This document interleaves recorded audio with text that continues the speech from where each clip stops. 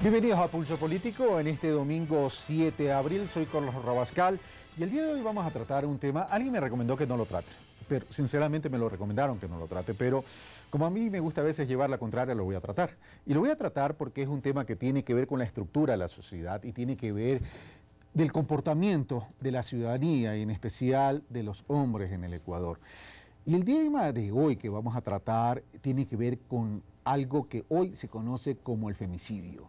Y digo que hoy se conoce como el femicidio porque lo que está sucediendo el día de hoy no es nada nuevo, realmente siempre ha existido, pero hoy se lo está visibilizando aún más. Y para tratar este tema tan delicado, tan trágico y tan traumático, hemos invitado a las siguientes personalidades a efectos de que con ellos poderlo analizar y tratar de buscar soluciones o propuestas que estén orientadas a neutralizar este mal que se ha presentado, no solo en el Ecuador, por cierto, en Latinoamérica y en el mundo. Veamos quiénes son nuestros invitados. Rocío Rosero, activista feminista en Ecuador y América Latina, presidenta Acción Ciudadana por la Democracia y Desarrollo, directora de la Coalición contra Tráfico de Mujeres y Niñas de América Latina y Caribe en Ecuador. Fernando Carrión, máster en Desarrollo Urbano Regional, experto en seguridad ciudadana, coordinador programa de estudios de la ciudad de Flaxo, Ecuador.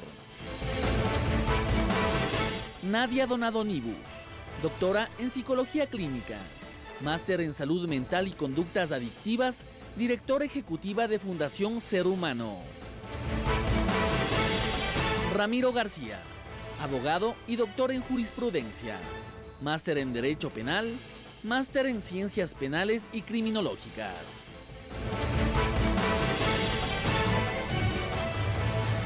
Bueno, ellos son nuestros invitados. Les damos la bienvenida a Rocío, a Nadia, a Ramiro y a Fernando. Y amigos televidentes, este programa lo vamos a tratar desde distintos puntos de vista y distintos aspectos. Como se habrán dado cuenta, tenemos una activista, tenemos una científica, doctora en psicología, tenemos un penalista y tenemos un catedrático y experto en seguridad. Veamos el reportaje que nos ha preparado Javier Rosero y luego el reportaje entramos a este análisis. Escandalosos sucesos violentos contra mujeres se han suscitado en lo que va del año 2013. Uno de ellos es el de Karina del Pozo, que fue asesinada después de asistir a una fiesta. A manera de reconstrucción de hechos, ese día la joven modelo en compañía de 5 amigos habría abordado una camioneta D-Max, vehículo que realizó 2 primeras paradas para dejar a una mujer y posteriormente a un joven en sus domicilios. Desde el momento en que supimos este tema de Karina, de la desaparición de Karina, siempre tuvimos una pista que eran estos individuos. En el automotor quedaron 3 personas de sexo masculino y Karina, quienes según sus propias declaraciones se dirigieron hasta un mirador desolado ubicado en el sector de Llano Chico. Presuntamente Del Pozo iba siendo ultrajada por la persona que se encontraba en la parte posterior. Finalmente, tras la frase de uno de los detenidos, ¿quieren ver cómo se mata a una prostituta?, la joven modelo quiteña fue estrangulada y asesinada con un contundente golpe en su cabeza. Actualmente la Fiscalía espera la judicialización de resultados de los exámenes de ADN para determinar si la joven fue violada. Que nos compromete tanto al Estado como a la sociedad civil a dejar de ser indolentes, sino ser solidarios, ser sensibles. El asesinato de Karina del Pozo está perpetrado, pero ¿se ha preguntado usted cómo era la vida de las personas que presuntamente cometieron el ilícito y cuáles son sus antecedentes? Según un análisis psicológico realizado por expertos de programas educativos, psicología y salud, la motivación para una violación y crimen es demostrar poder y control absoluto sobre la persona. Los violadores sienten satisfacción de desahogar su agresividad en el acto y sienten compensación a sus sentimientos de inferioridad dominando a su víctima. Cuando ésta trata de defenderse, la ansiedad del violador permite que pierda el control, llegando al crimen. Asimismo, indica que los violadores que llegan al extremo de asesinar a alguien vienen de hogares disueltos, fueron violados en la infancia, han vivido humillados, en calamidades económicas, tienen influencia en las pandillas o están involucrados en drogadicción y alcoholismo.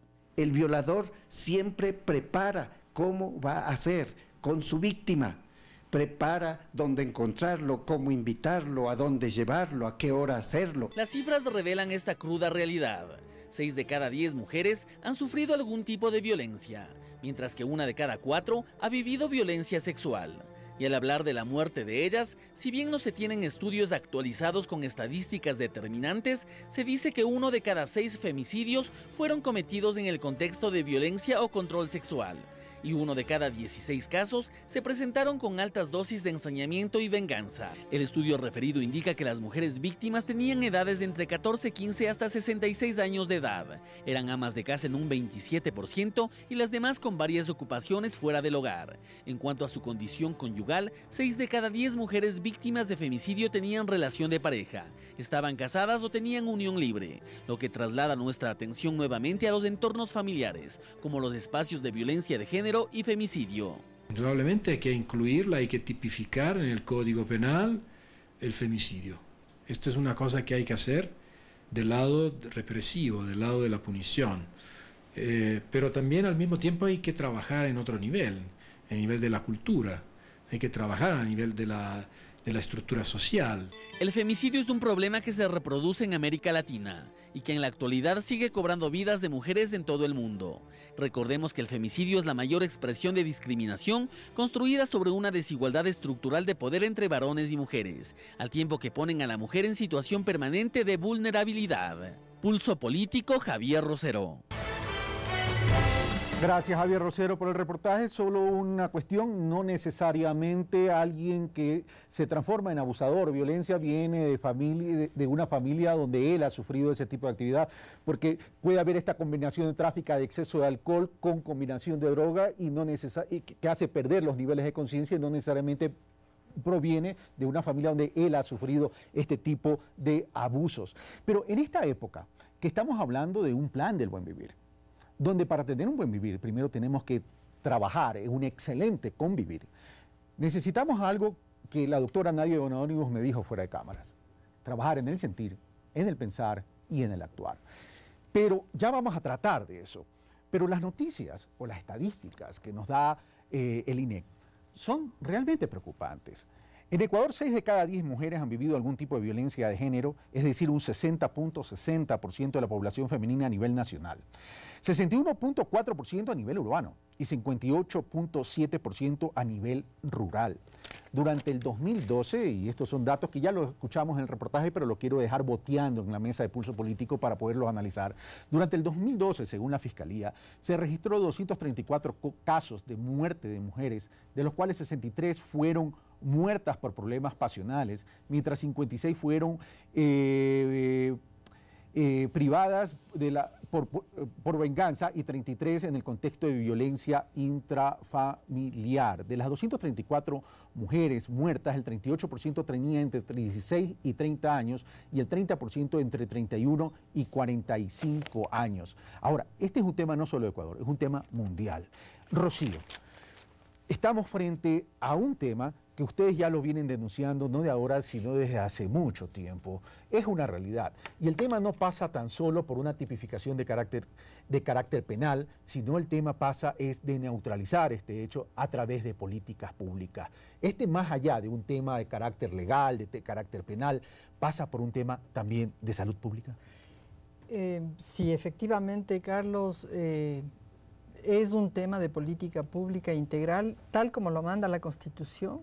Necesitamos políticas de protección integral de derechos, en este caso de las víctimas de violencia, de todas las violencias, porque recordemos que el feminicidio es la forma más extrema de violencia que se puede ejercer contra una mujer.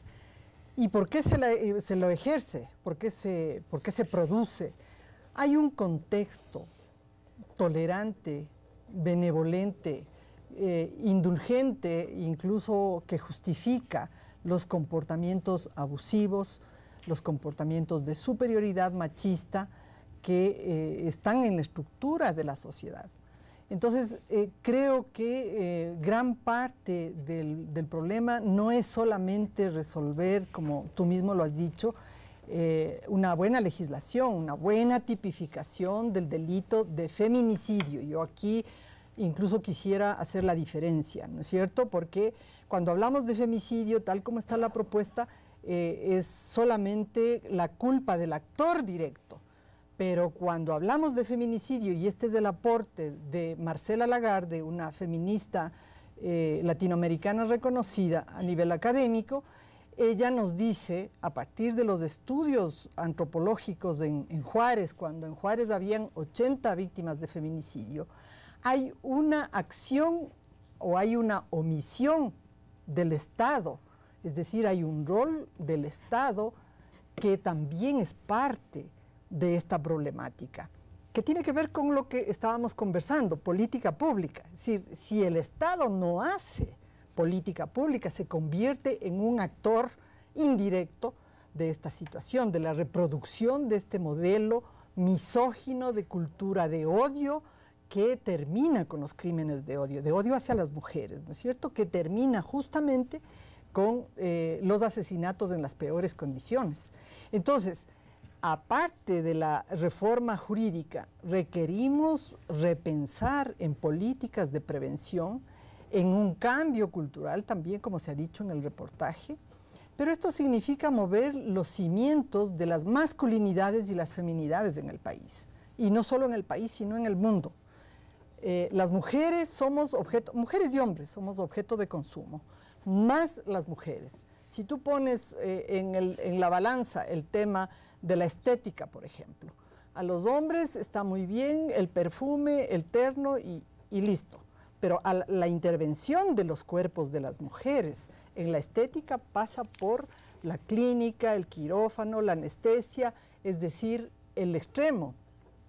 Y hemos visto cuántos casos de mujeres que han muerto por esta situación. Lo que quiero decir entonces es que hay una cultura patriarcal, machista, misógina que lleva casi ya como es como un continuum de violencias que se produce y que son toleradas en todas partes y que son secretos a voces. Pasa con el incesto, por ejemplo, pasa con el abuso sexual, o sea, es el secreto bien guardado en la familia. Es el secreto bien guardado, ¿no es cierto? Pasa en la escuela, está manchado el honor de la familia, cuidado con el maestro, ¿no? Sigue siendo profesor. ¿Cómo así? Y antes se consideraba que era una falta administrativa, no un delito. Y así era tratado en el sistema educativo. Gracias, Rocío. Voy a saltar el orden lineal y voy a ir donde Ramiro, ya que Rocío ha establecido incluso una diferencia entre lo que es femicidio y feminicidio. Ramiro, ¿tú qué opinas al respecto? En relación a todo lo que estamos tratando. Sí, mira, Carlos, en mucho concuerdo con Rocío, sin duda. Los últimos eventos violentos, el asesinato de Karina del Pozo, que por cierto, no, como tú decías, y con toda razón, no es un tema nuevo. Ahora se visibiliza, y se visibiliza un poco por el estrato socioeconómico en el que pertenece la víctima. Porque de hecho mujeres muertas de los estratos socioeconómicos más subalternos los hemos tenido todo el tiempo y todas las semanas. Entonces, ahora esto nos pone además a discutir cuando estamos a puertas de un nuevo Código Orgánico Integral Penal. Y sí, nos muestra la cara más fea de una sociedad machista, una sociedad que termina inclusive, en algunos casos, responsabilizando a la propia víctima del delito del que ha sido objeto. Pero yo creo que tenemos que tener un poquito de cuidado también, ya desde lo jurídico. ¿Por qué? Primero, el bien jurídico más importante dentro de la tabla de valores de la Constitución, sin duda, es la vida. Por lo tanto, los delitos más graves son aquellos que van contra la vida de las personas. Y esa gravedad se mide en la pena que se impone. Entonces, los delitos penados con mayor severidad son el homicidio y el asesinato. ¿Cuál es el problema? Que estos constituyen una especie de techo del poder punitivo.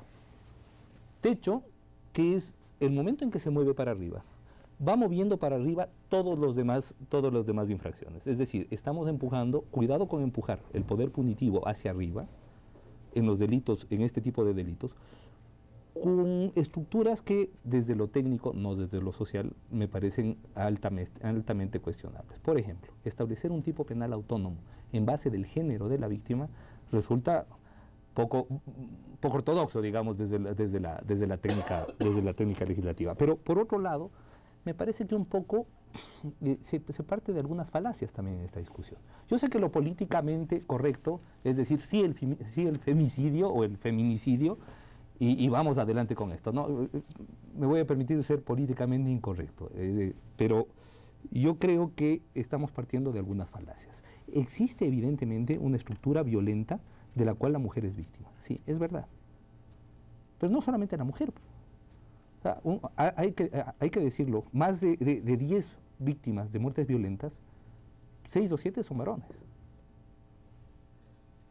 Para empezar, entonces, ¿qué estadísticas son las que estamos manejando? Punto 1. Punto 2. Se está partiendo de la falacia de femicidio versus impunidad. Sí, todos queremos que no exista impunidad en los actos violentos contra la mujer. Sí, es así, sin lugar a dudas. Pero nadie nos garantiza que subirle 10 años a la pena del asesinato a la mujer va a hacer desaparecer la impunidad. Porque la impunidad, de hecho, ahora existe un tipo penal, el asesinato. Y si no se llega a la sanción por asesinato, evidentemente tampoco se va a llegar a la sanción por femicidio, pues. Es decir, la tipificación del femicidio como un tipo penal autónomo del asesinato, una especie de asesinato agravado en razón del género de la víctima y de las circunstancias, por supuesto, en las que éste se produce, yo mucho me temo, no va a desaparecer el problema de impunidad. De ninguna manera. Ahora tenemos una pena de hasta 25 años. Se está proponiendo una pena de hasta 35 años. Teniendo en cuenta que quienes pueden cometer delitos son los mayores de 18 años, quiere decir que para el 80% de quienes cometan delitos, una sanción de estas implica, en pocas palabras, prisión vitalicia, de por vida. Ahora, voy donde Nadia. Gracias, Ramiro. Voy donde Nadia. Tú dices que ibas a ser políticamente incorrecto. La verdad, como te conozco, sé que no te ibas a evitar ese tema. No es un tema muy popular, por cierto, lo que acabas de decir, pero es tu punto de vista y es legítimo que lo expongas. Pero desde las estadísticas, 6 de cada 10 mujeres sufren violencia intrafamiliar.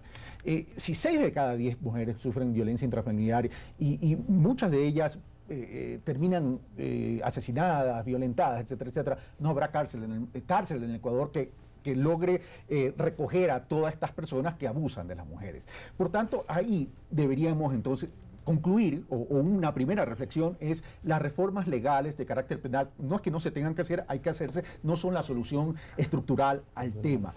Y vamos al tema de políticas públicas. Y en esas políticas públicas, Rocío ha mencionado prevención, cambio cultural, y hay un tercer punto que es la reforma legal que ha mencionado Ramiro García. Pero desde el punto de vista de prevención, siendo salud pública, tiene que ver también con educación para generar y formación, para generar cambio en comportamiento cultural, y el otro tema tiene que ver con atención a la víctima como también al agresor. Nadie. Bueno, gracias, Carlos. Prevenir, cambiar, atender son palabras maravillosas, y yo diría que la palabra también es castigar, porque todos en la vida se ve también, es un poco en la óptica, que si yo voy en contra de algunas normas de respeto y de amor también que tenemos que tener dentro de la reciprocidad de los diferentes géneros, tenemos también que castigar. Pero yo respecto a esto lo dejo a ellos, puedo expresar, digamos, algo al especialista, pero después sí expresaré también algo respecto a esto.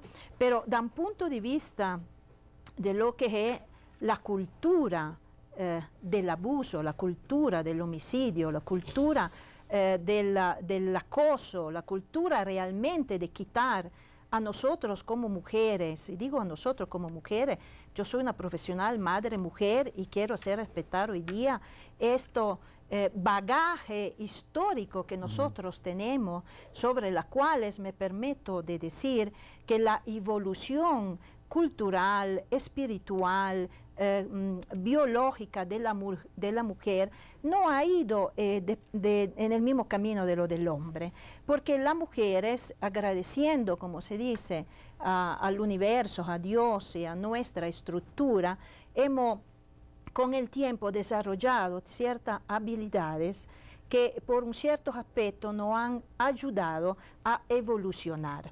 ¿Y qué entiendo para esto, Carlos, y estimado, digamos, también colegas y todas las personas que me están escuchando? Evolucionar porque la mujer en el tiempo se ha permitido de desarrollar todas estas habilidades también a nivel del cerebro, que el aspecto de desarrollo de las áreas del hemisferio derecho, entonces de las áreas de un buen manejo de las emociones, de un mejor manejo de las emociones, y no solamente centrar la evolución biológica en lo que es la racionalidad, la lógica, la aritmética, las matemáticas, la ingeniería, y esto ha ido de la mano, digamos, en el aspecto del hombre, con lo que ha sido en los siglos de los siglos, con el impulso, con el instinto, entonces con la área del cerebro también que ha grabado en la memoria celular y cerebral todo lo que está relacionado con, de un punto de vista patriarcal, de un punto de vista cultural,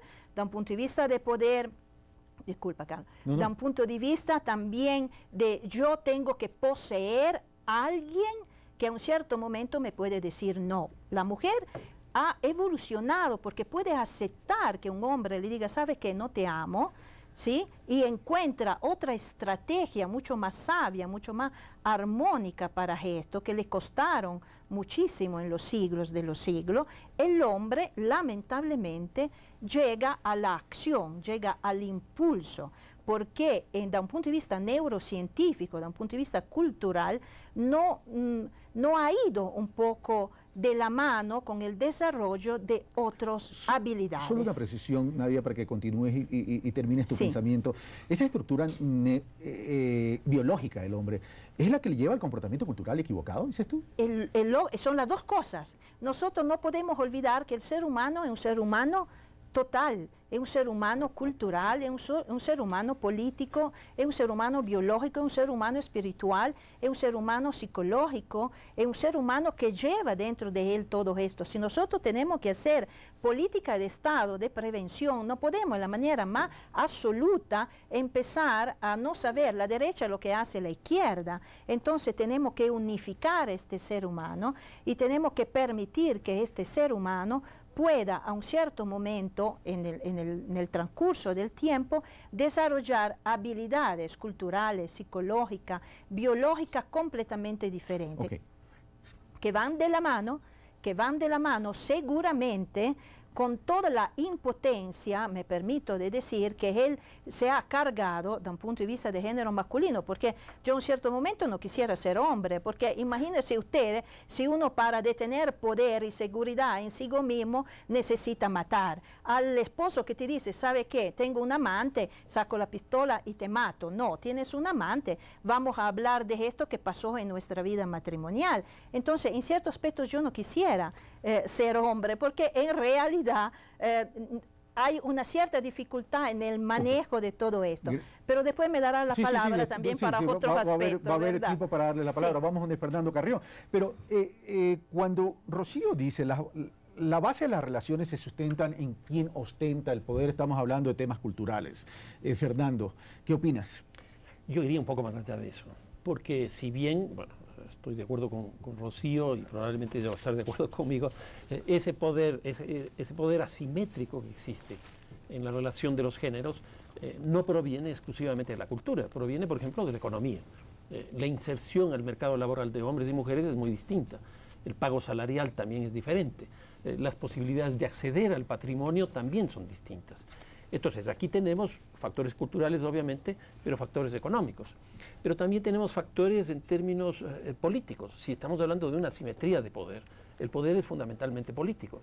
Y entonces, obviamente que también ahí tenemos unas causas o condiciones estructurales que conducen a que se expresen con hechos de violencia. Entonces, yo creo que encasillarlo exclusivamente en la cultura es verle solo desde una de las perspectivas. A mí me parece que tiene que ser visto desde varias. Y este hecho nos conduce también a distintos tipos de violencias frente a las mujeres. Por ejemplo, el caso de la violencia física, el caso de la violencia psicológica, el caso de la violencia patrimonial, que hoy día, bueno, con las reformas legales ha cambiado de alguna manera, pero antes, por ejemplo, era el hijo primogénito el que recibía la herencia paterna. Incluso, yo trabajo mucho temas de patrimonio. El otro día me cuestionaba el nombre de patrimonio cultural, porque el patrimonio cultural no es otra cosa, una herencia del padre hacia el hijo. ¿Y por qué no hablar de matrimonio? Que viene de la madre. Entonces, hay toda una construcción económica, política, etcétera, que termina en hechos de violencia. Ahora, concretamente en el caso del femicidio. El femicidio, en principio, que es la expresión probablemente más violenta, o que tiene el grado de violencia más alto en las relaciones de género, en esta relación asimétrica, nace en América Latina, o se expresa, más bien dicho, en América Latina, con mayor fuerza en el caso de Ciudad Juárez. Y ahí es cuando termina visibilizándose este problema que no lo habíamos visto. Por eso es lo que yo creo que cuando nosotros tipificamos un hecho delictivo, lo que hacemos también es visibilizarlo. No solo que se penaliza, sino que se visibiliza. Pongo un ejemplo adicional, el sicariato. En el Ecuador nosotros no tenemos sicariato porque no está tipificado.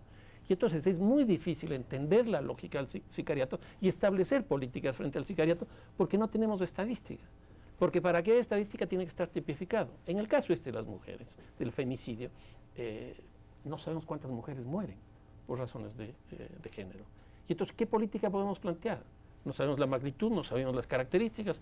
Ahora, por razones que hemos visto, probablemente de estos dos últimos casos, el de Karina del Pozo y Leslie Rosero, empezamos a socializar la información y empezamos a conocer una serie de lógicas que no estaban presentes en el imaginario nuestro. Que tampoco van a estar tampoco va a estar en la estadística porque va a aparecer como asesinato. Pero como asesinato no podemos discernir entre el asesinato que tú mismo decías al hombre, que básicamente el asesinato no es otra cosa más que premeditación y alevosía. En el caso de las mujeres estaban ahí adentro, pero eran 10%, 20%, 30% y no se sabía. Entonces, ¿cómo se puede hacer políticas? Entonces, yo creo que una de las cosas importantes de la tipificación es no solo la pena, que me parece incluso eso es a cierto punto secundario, sino visibilizar, me parece que eso es muy importante. En segundo lugar, entenderlo. Para entenderlo, porque si no lo visibilizas, ¿cómo lo entiendes? En tercer lugar, la construcción social de la información se hace sobre la base de indicadores que tienen que estar construidos y de cantidades de hechos que pueden uno clasificarse ahí. Y entonces, si nosotros no tipificamos, obviamente que no vamos a ver esa realidad y no vamos a tener cómo hacer política frente a eso. Gracias, Fernando. Momento de una primera pausa y regresamos con más de Pulso Político.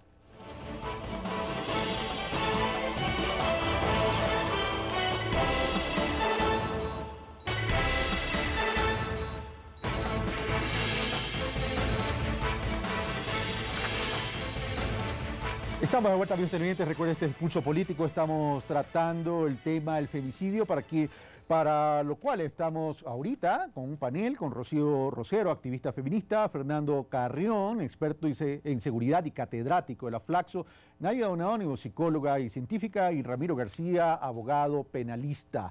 Bueno, comenzamos con Rocío. Rocío, tuvimos la oportunidad de ver los distintos puntos de vista, incluso un punto de vista políticamente no correcto, como dijo Ramiro García, en el sentido de la necesidad de tipificar este tema.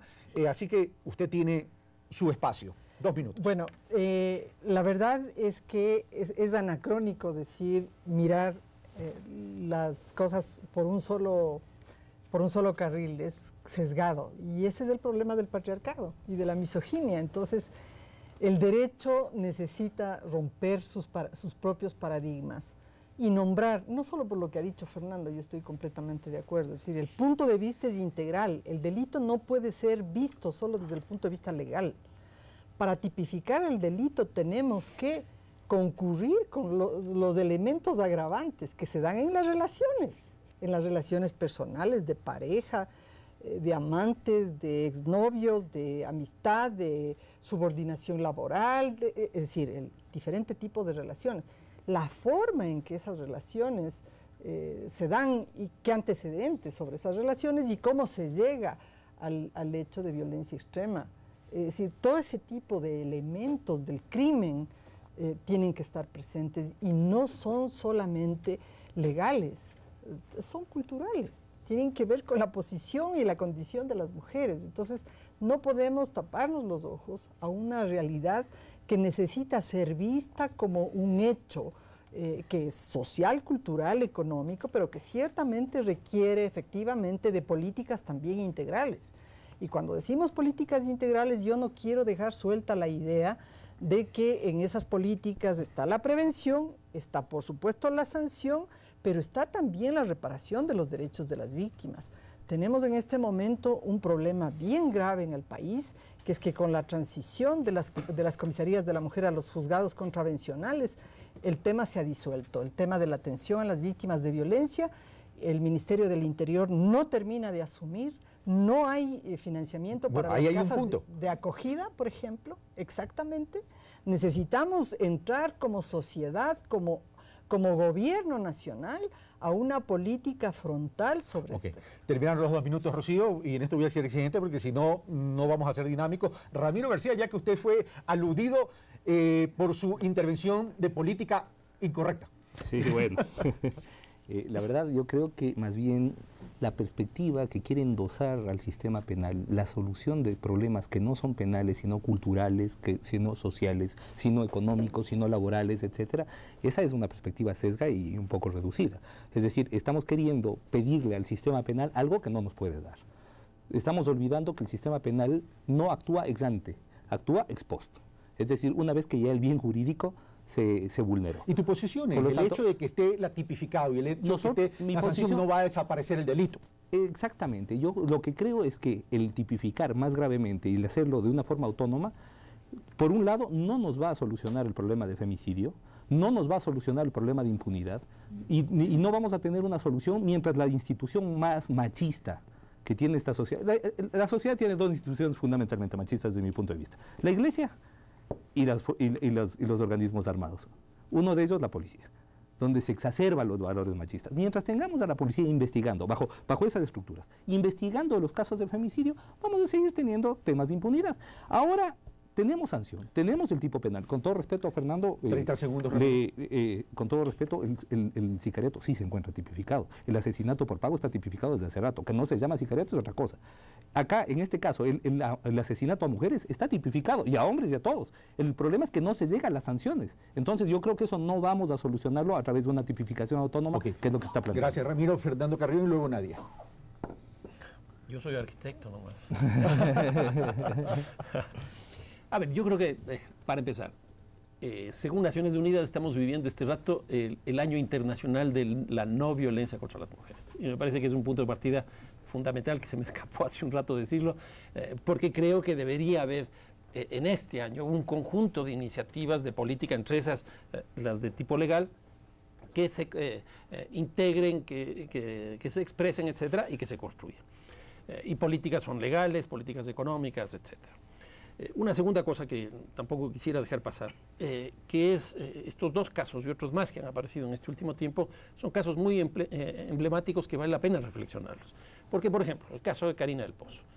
Me parece que no solo que apareció el tema del femicidio ahí, sino también el conjunto de personas que han desaparecido. Y aquí tenemos una cosa muy interesante que es la tecnología.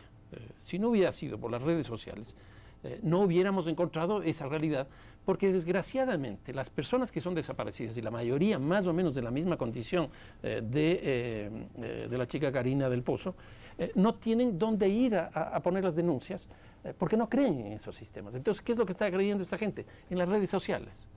Y entonces ahí hemos descubierto que hay cualquier cantidad de personas desaparecidas y es una cosa bien interesante. Te quedan 50 segundos.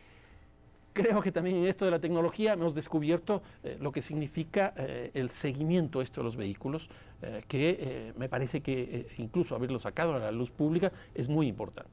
En el tema jurídico, yo sí creo que es absolutamente necesario tipificar explícitamente el sicariato, porque aquí lo que tenemos son asimetrías jurídicas. Por ejemplo, Colombia lo tiene establecido, nosotros no.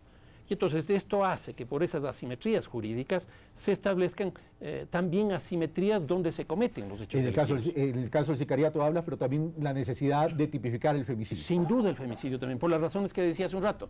Y entonces esto nos debería llevar, y en el caso del femicidio explícitamente, a tener incluso algo así como códigos penales mínimos internacionales. Si no, vamos a seguir teniendo lugares donde sí hay ciertos códigos firmes y en otros no, que producen parametrizar también el tema, una legislación a nivel de la región. Pero estamos poniendo mucho énfasis en la parte legal, en la parte correctiva legal. Como dice Ramiro García, esto es un post. La ley comienza a actuar cuando se presenta el delito, ya vemos así.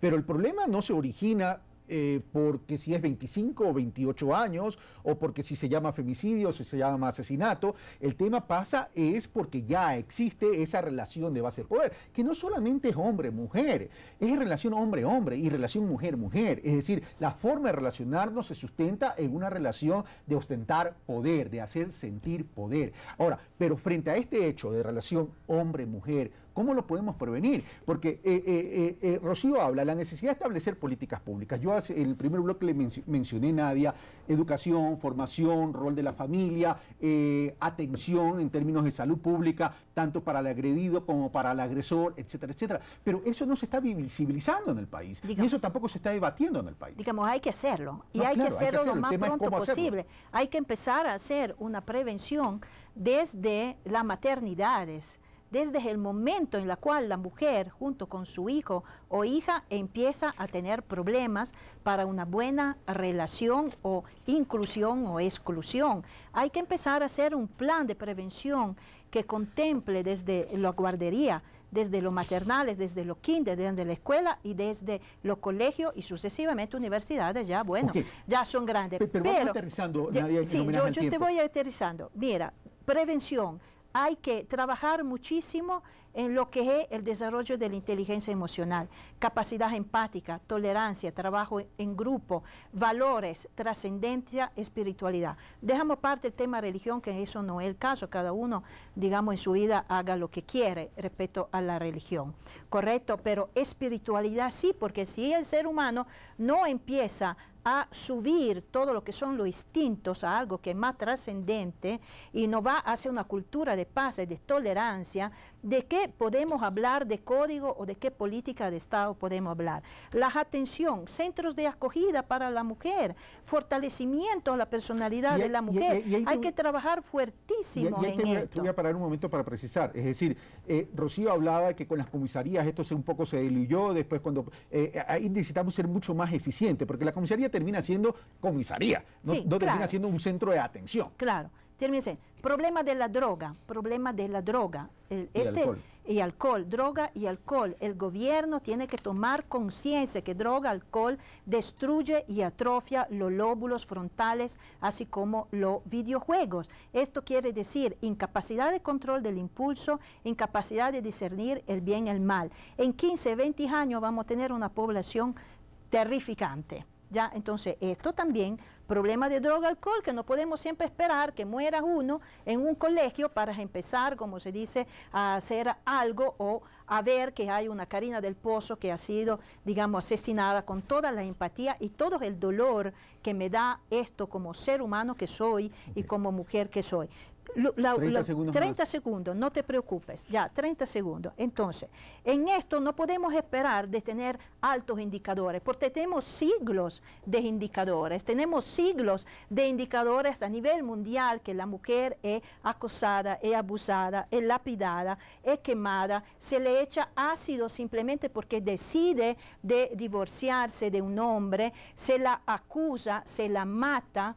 ¿Sí? Y hay 30.000 clínicas en India, así como hay otras 10.000 en China para detectar en la primera semana de vida el sexo del feto para poderlo abortar. Y si es mujer, lo abortan enseguida, y si es hombre, no lo aborta. Entonces, disculpen, con todo respeto, no podemos esperar más indicadores. Tenemos indicadores de la prehistoria hasta el día de hoy, y esto se da todos los días. Vamos a donde Rocío. Rocío, tú fuiste crítica en relación a la ausencia de políticas públicas, y dijiste que el Ministerio del Interior no termina asumiendo la responsabilidad. Por favor. Así es, hay una política pública nacional de prevención de la violencia que se llama Plan Nacional de Prevención y Erradicación de la Violencia, que ha tenido muchísimos problemas durante todos estos años, que no termina de ser asumida como lo que manda la Constitución. Necesitamos un sistema de políticas públicas, un sistema de protección integral de derechos. ¿Qué significa todo este círculo de la prevención, la atención a las víctimas, la recuperación de los derechos de esas víctimas, que pasa, y yo añadiría, por ejemplo, el tema de la autonomía económica? Si no tenemos mujeres con alta autoestima y con autonomía económica, el círculo de la violencia no se rompe. Necesitamos empoderamiento de las mujeres también paulatina y concomitantemente a todo este proceso de políticas públicas. Pero necesitamos, obviamente, en estos procesos que señala Nadia, una nueva cultura, una nueva condición de ser hombre y de ser mujer. Eso es lo que nosotros llamamos nuevas masculinidades. Repensar los géneros. Exacto. Asumir que estas relaciones de poder pueden ser vividas de otra manera, que estas relaciones entre hombres y mujeres desde las más tempranas edades pueden y deben ser asumidas de otra manera. Eso implica un cambio cultural enorme al que no fácilmente estamos dispuestos ni en la familia, ni en la escuela, ni en ningún ámbito de la vida pública y política. Necesitamos entonces también una política pública sistemática hacia el cambio cultural, que por lo demás, y este sí es una deuda del Estado ecuatoriano, no solo con las mujeres, sino con el conjunto de la población, es una observación del Comité del Pacto Internacional de Derechos Económicos, Sociales y Culturales. La observación número 14, emitida en noviembre del año 2012, en la cual señala 15 segundos. De manera categórica la importancia de políticas culturales que rompan de una vez por todas con el sexismo y la misoginia. Ahora, voy a donde Fernando Carrillo, cuando Rocío dice ni en la familia, entonces estamos hablando de una ausencia de corresponsabilidad, porque no todo pasa por el Estado a través del gobierno central, tiene que pasar también por quienes somos los ciudadanos, la sumatoria de los ciudadanos somos la sociedad. Bueno, Rocío ya señalaba otros escenarios, no solo la familia, sino la escuela, el trabajo, la calle, etcétera, que son justamente escenarios donde se produce este tipo de hechos. Ahora, lo que generalmente aparece, principalmente en violencias contra las mujeres, es que víctima y victimario se conocen tienen antecedentes de conocimiento entre ellos. Obviamente que también se dan los otros casos, pero en este caso es muy claro. Hay algún tipo de relación, evidentemente. Exactamente. Ahora, una segunda cosa que me parece que es importante señalar, el nivel de impunidad que tiene el país es altísimo, y en general. Definamos impunidad. Impunidad significa una justicia no oportuna ni eficaz. Exactamente. Okay, vale, eso es lo que nos dijo Philip Alston, el relator de Naciones Unidas, cuando vino al país y nos dijo que menos del 2% de los homicidios terminan con sanción. En otras palabras, la impunidad es de más del 98%, que es una cosa altísima. En esto, yo lo que creo, uno de los problemas que tiene el país es el tema de administración de justicia. No es solo un tema de leyes, pero es un tema fundamentalmente de administración de justicia. Por eso lo que yo no creo que hay que elevar las penas ad infinitum, porque si no, simplemente la impunidad va a seguir creciendo. Y la tercera cosa, y con esto termino, yo creo que sí se necesitan indicadores, sí se necesita información. Esto no solo que uno como académico, sino organismos internacionales como el BID, el Banco Mundial, Fondo Monetario Internacional, OEA, CEPAL, etcétera, vienen reclamando. Y mucho más en el campo de las mujeres, donde desgraciadamente estos temas no están visibles también, entre otras cosas, por la falta de información. Ramiro. De acuerdo en la mayor parte con lo que acaba de decir Fernando, de hecho hay un problema de impunidad, pero el problema de impunidad es sobre todo un problema de investigación y procesamiento. No es un problema de tipos penales autónomos. Es decir, el subir de 25 a 35 años la pena no nos soluciona en absoluto el problema de impunidad. Eso por un lado. Es verdad que la sociedad tiene que dar una respuesta frente a estructuras violentas. Sí, y la mujer ha sido destinataria tradicional de esas estructuras violentas. Pero creo que es un error considerar al sistema penal como la columna vertebral de esas respuestas. ¿Y esa respuesta estructural de la sociedad cuál debería ser? Tiene que ir por la vía de la educación, por la vía cultural, por la vía social, por la vía económica, por la vía laboral, por una cantidad de vías. Pero el pensar en la vía penal como la solución es endosar al sistema penal algo que no nos puede dar. Es decir, pedirle algo que definitivamente no nos puede brindar. Es como cuando se pide seguridad. El sistema penal no da seguridad. Actúa ya cuando el delito se cometió. No se puede pedirle seguridad al sistema penal. Pero aquí tendríamos dos problemas entonces. Uno, la respuesta de la sociedad a temas estructurales y otro al tema de impunidad. Con un adicional, ¿cuál es el destinatario del poder punitivo? Vamos a cualquier cárcel y vamos a ver que el 98% de los que están adentro pertenecen todos a un solo grupo socioeconómico, el más subalterno. Y vamos a ver además que los que están adentro no están tanto por lo que hicieron, sino que lo que hicieron lo hicieron mal. Porque si lo hubieran hecho bien, no estarían ahí, no estarían presos. Es decir, no solo estamos metiendo presos a los más pobres, sino también un poco a los más tontos. Así, capaces de obras tan burdas que esto un policía se da cuenta. Entonces, ojo, eso también tenemos que darnos cuenta. ¿Quiénes van a ser los destinatarios de esta ampliación del poder punitivo? Y hasta dónde vamos a eliminar estas estructuras violentas por la vía de una mayor pena. Gracias, Ramiro. Nadia, su turno. tenemos que ir hacia una cultura de la no violencia. Yo agradezco mucho a la ONU que haya declarado, digamos, el año de la no violencia a la mujer, y estoy bien convencida de esto porque soy no solamente científica, sino que militante también de los derechos humanos, creo, desde antes de nacer todavía, ¿verdad? Entonces, esa cultura de la no violencia nosotros la podemos construir solamente si en realidad involucramos la familia, los ministerios que están relacionados con la educación y esto buen vivir, que como te decías antes, no puede ser un buen vivir si no hay un buen sentir. Si yo no puedo sentir el dolor ajeno, entrar en empatía, ser tolerante, y no puedo de consecuencia tener buenos pensamientos, mis pensamientos serán solamente destructivos y la actuación será un delito, un acoso físico, verbal, psicológico, lo que sea. Entonces esa coherencia tenemos que buscarla dentro de la sociedad, donde dentro de la sociedad y de las políticas hay todo. ¿Sí? Hay todo, hay la justicia, hay los municipios, hay los gobiernos, hay la escuela, hay la familia, hay también, como se dice, todo lo que son los líderes variables, estamos todos.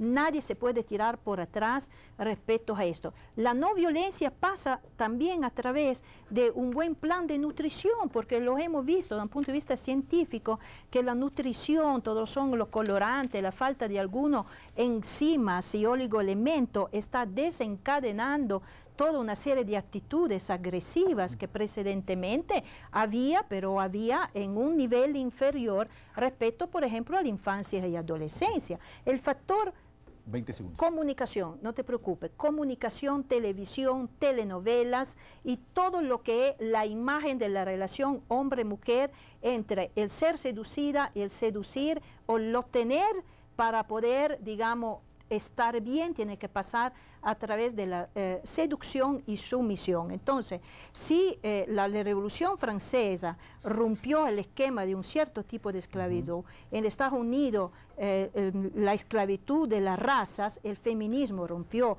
la esclavitud de la mujer y no hay dudas alguna, hacia esto tenemos que ir. Medio segundo, la impunidad es a nivel mundial, no es solamente ecuatoriana. Hacia la mujer. Lo que lo hace más grave. Eso más grave, me hace. Porque no es ningún consuelo tampoco. Me da más dolor. Claro. Vamos. Pero el relator de Naciones Unidas dijo que no había visto en ningún otro país del mundo el nivel de impunidad tan alto de impunidad como el del Ecuador. Ya de forma bien. focalizada en el Ecuador. Okay. Vamos donde Rocío. A ver, yo quisiera compartir algunos indicadores porque este es un tema tremendamente importante y para mí sí son importantes los indicadores y a lo mejor se quedan cortos porque hay muchas denuncias que no se llegan a realizar, claro, porque nos ayuda a comprender, entender y a tomar correctivos necesarios. Pero violencia de género contra las mujeres por cualquier persona, hablemos. 1 de cada 4 mujeres ha vivido violencia sexual. 53.9% han sufrido violencias de carácter psicológico, 38% han sufrido violencia física, 25% han sufrido violencia sexual y 35.3% han sufrido violencia patrimonial. Aquí estamos hablando de toda la violencia contra la mujer, no solo estamos hablando del femicidio. Pero mujeres que han vivido algún tipo de violencia de género por su pareja o expareja a nivel nacional, urbano y rural. Las mujeres ecuatorianas que han vivido algún tipo de violencia por su pareja o expareja es del 48.7% a nivel nacional, 48.7% a nivel urbano y 48.5% a nivel rural. Datos del INEC de la encuesta nacional del 2011, Rocío. Sí, efectivamente, y hay una violencia que no está mencionada, que es la violencia política, porque ahora mientras mayor participación hay de las mujeres, también hay un conjunto de mecanismos que se han ido creando para poner mordaza a la participación política de las mujeres, que va desde hechos simples hasta la prohibición, las resoluciones inconstitucionales e ilegales de no dejar que una edil, por ejemplo, en un municipio de un cantón de Pichincha pueda volver a pronunciarse nunca más. Esto parece de replay, pero es la verdad. Esa es también una forma de violencia concreta. Yo quiero retomar los planteamientos que hemos hecho desde el movimiento de mujeres. Nosotras, con esta preocupación frente a esas cifras, hemos propuesto que en el nuevo Código Orgánico Integral Penal, concomitantemente a la tipificación del femicidio, a la mejora de los tipos que tienen que ver con violencia sexual, de los tipos penales que tienen que ver con violencia sexual, debe mantenerse y mejorarse la ley especial de violencia contra la mujer, la ley 103. Mejorada en el sentido de que justamente incluya o mantenga las medidas de amparo, trate las contravenciones y luego definitivamente la otra parte que son los delitos pues quede en el Código Integral Penal. Y una cosa adicional que me parece súper importante de retomarla, no solo por los datos estadísticos, sino por el comportamiento de los administradores de justicia. Si no les damos a los administradores de justicia la descripción de las circunstancias agravantes del crimen de odio en contra de las mujeres, difícilmente actúan. O sea, hay también una cultura patriarcal en jueces, en policías, en forenses, en administradores de justicia, en abogados, que está latente. Y desde ese punto de vista, nuestra propuesta, entregada ya a la Asamblea Nacional, ha sido justamente desmenuzar los elementos del crimen de manera que acto seguido se pueda hacer todos los protocolos de policía, de fiscalía y para los abogados, ¿no? Ramiro, ¿tú que eres el abogado?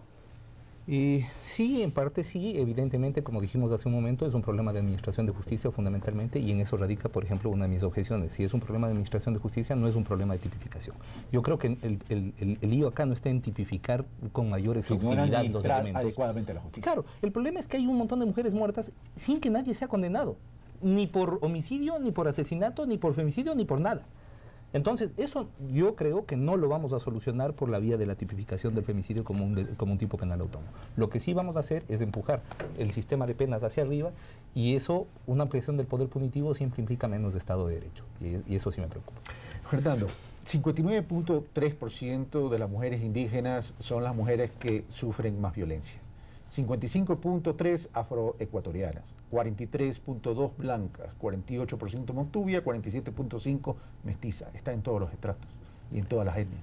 Sí, ahora con estos datos que tú acabas de mencionar, me viene a la mente el tema de la violencia en algunos pueblos no contactados que estamos viviendo este rato en el país, donde también se ha visto violencia de género, incluso prácticamente el secuestro de 2 niñas de los Taromenari hacia los Guaroni. Entonces, y aquí hay, bueno, según nuestra Constitución, hay todo este tema del pluralismo jurídico que se ha establecido. Yo no sé cómo se actúa en esos escenarios, porque si son no contactados y el Estado tiene que respetar eso y su propia justicia, ¿cómo se actúa en ese escenario?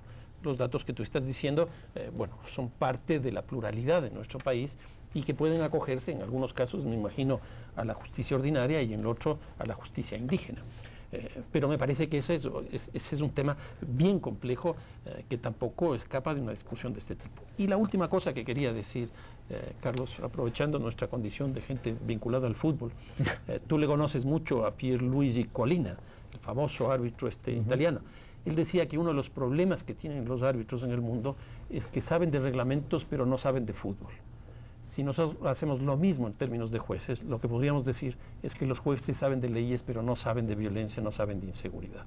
Y me parece que ahí hay un tema que habría que trabajar, porque los jueces saben el artículo tal, pero no saben el contexto sobre el cual están actuando. Y ahí la tan esperada escuela judicial que se debe hacer. Es un tema de educación, por supuesto, es un tema de educación de los jueces. Es imprescindible educar jueces, pero no solamente jueces, fiscales, policía. El primer órgano estatal que se acerca al delito no es el juez ni el fiscal, es el policía, es el que recaba los cuerpos, es el que recaba las estructuras investigativas, y que la los elementos de convicción. Tiene que ser parte de la fiscalía. Pero por supuesto, lo que pasa es que este no es solamente un tema, o sea, la investigación se nos plantea como un tema de simple recolección de objetos, y no es así. Hay una segregación, hay una discriminación de quien investiga, de qué recojo, qué no recojo, qué para mí es delito y qué no.